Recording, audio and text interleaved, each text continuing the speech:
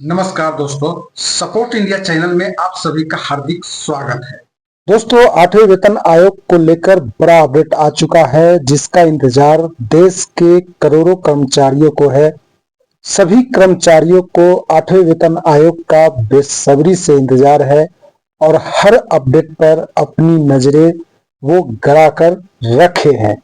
जरा सोचिए, अगर आपकी सैलरी अचानक से 20 से 30% बढ़ जाए, डीए भी बढ़े और पेंशन में भी बड़ा फायदा मिले तो कैसा लगेगा।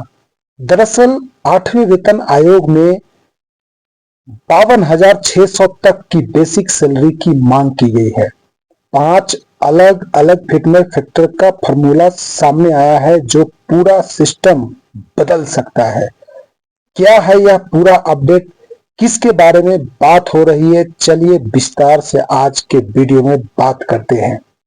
दोस्तों, सबसे पहले बता दें आपको कि 8वां वेतन आयोग अभी अपने शुरुआती लेवल पर है, लेकिन बेहद अहम चरण पर है। आयोग की टीम अलग अलग विभागों और कर्मचारियों से सुझाव ले रही है। इसी बीच रेलवे के तकनीकी कर्मचारियों के संगठन Indian railway technical supervisor association, यानी जिसे हम IRTAS भी कहते हैं, एक बड़ा प्रस्ताव दिया है जिसने पूरे सिस्टम को हिला दिया है। ऐसा प्रस्ताव उन्होंने रखा है कि दरअसल IRTAS ने सबसे बड़ी डिमांड कर दी है। IRTCA की मांग है कि न्यूनतम यानी मिनिमम बेसिक सैलरी को बढ़ाकर 52,600 कर दिया जाए। आपको बता दें कि अभी 8वीं वेतन आयोग में यह करीबन 18,000 थी, यानी अगर यह मांग मान ली जाती है तो सैलरी में एक अच्छा खासा जंप देखने को मिल सकता है। अब समझिए सबसे अहम चीज, फिटमेंट फैक्टर जिसका पूरा गेम है, यही वो नंबर होता है जिससे आपकी पुरानी सैलरी को नई सैलरी में बदला जाता है। इस बार एक बड़ा बदलाव सुझाया गया है, वो है कि फिटमेंट फैक्टर बल्कि अलग अलग 5 अलग अलग फिटमेंट फैक्टर रखे जाए। जी हाँ, 5 तरह के फिटमेंट फैक्टर जिसको 5 अलग अलग लेवल्स में बांटा गया है।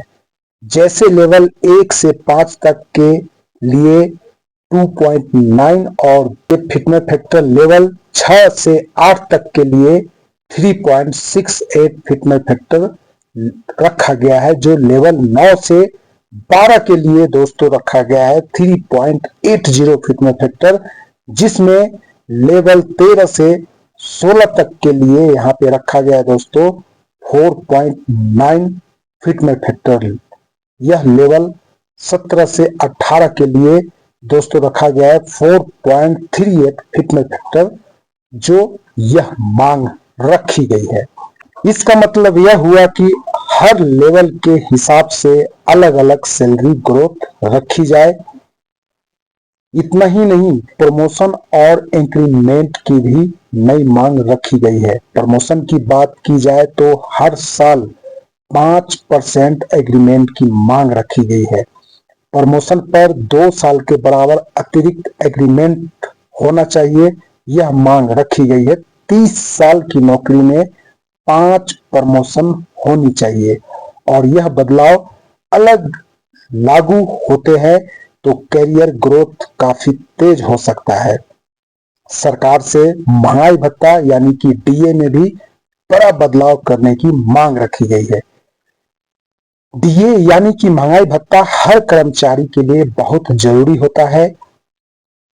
IRTAS की मांग है कि नया CPI यानी कि कंज्यूमर प्राइस इंडेक्स बनाया जाए, जिसमें इंक्रीमेंट इंश्योरेंस जो है हेल्थ इंश्योरेंस हो, बोतल बंद पानी जैसी खर्चे डीए को टैक्स फ्री किया जाए, 50% डीए को बेसिक सैलरी में जोड़ा जाए। अगर ऐसा हुआ तो आपकी इन हैंड सैलरी सीधा बढ़ जाएगी। सिर्फ सैलरी की मांग नहीं रखी गई है, उन्होंने अलाउंस में भी 3 गुना बढ़ोतरी यानी 50% लीड कैश करने की सुविधा और सबसे बड़ी मांग पुरानी पेंशन योजना ओपीएस की वापसी की मांग की है। यह बदलाव रिटायरमेंट के बाद भी लाइफ को पूरी तरह बदल सकता है। दोस्तों, मांगे जिन पर लगातार बातचीत चल रही है, लेकिन आखिरी जो फैसला है, पूरे सिस्टम को कौन चला रहा है, कौन इसको रेगुलेट कर रहा है, वो शख्स पूरे सिस्टम को डिजाइन कर रहा है, वो है सरकार के 1999 बैच के आईएएस अधिकारी विजेंद्र नवनीत, जिनको 8वें वेतन आयोग में एडिशनल सेक्रेटरी बनाया गया है। लेकिन आखिर विजेंद्र नवनीत क्यों खास है? तो इसके कई कारण है। जैसे में प्रधानमंत्री कार्यालय पीएमओ में काम कर चुके हैं, यह वर्ल्ड ट्रेड ऑर्गेनाइजेशन में भारत के राजदूत रह चुके हैं और आर्थिक मामलों के बड़े एक्सपर्ट माने जाते हैं।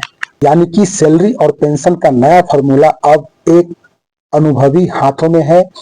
इस फैसलों को असर बहुत बड़ा हो सकता है। 50 लाख से ज्यादा केंद्रीय कर्मचारी और 60 लाख से ज्यादा पेंशनर्स भोगी को फायदा मिलेगा। यानी कुल मिलाकर करोड़ों परिवार इस फैसले से प्रभावित होंगे। अभी आयोग डाटा इकट्ठा कर रहा है, देश भर से सुझाव लिए जा रहे हैं। उम्मीद है कि आने वाले समय में ड्राफ्ट रिपोर्ट तैयार होगी और फिर सरकार अंतिम फैसले पर पहुंचेगी। और सबसे बड़ा बदलाव क्या 52,600 बेसिक सैलरी सच में लागू होगी? जवाब अभी यह सिर्फ एक प्रस्ताव है, लेकिन इतिहास बताता है कि हर वेतन आयोग में सैलरी में बड़ा इजाफा जरूर होता है। और इस समय इन्फ्लेशन को देख के तो यह जरूर हो सकता है कि अगर यह सभी बदलाव लागू होते हैं तो सैलरी में बड़ा उछाल हो जाएगा। डीए से ज्यादा फायदा मिलेगा दोस्तों, बेहतर प्रमोशन सिस्टम होगा और मजबूत पेंशन ओपीएस, यानी कि सरकार नौकरी फिर से आपको देगी और सरकारी नौकरी फिर से अट्रैक्टिव होगी। तो कुल मिलाकर 8वां वेतन आयोग सिर्फ सैलरी बढ़ाने का मामला नहीं है, यह पूरे सरकारी वेतन ढांचे की बदलाव का फैसला है। अब सबसे जरूरी और सबकी नजरें इसी पर होगी कि सरकार इन मांगों को कितना लागू करेगी, कितना इन सबको मानेगी। अगर आप भी एक सरकारी कर्मचारी हैं या फिर किसी को जानते हैं तो यह वीडियो उन तक जरूर पहुंचाएं।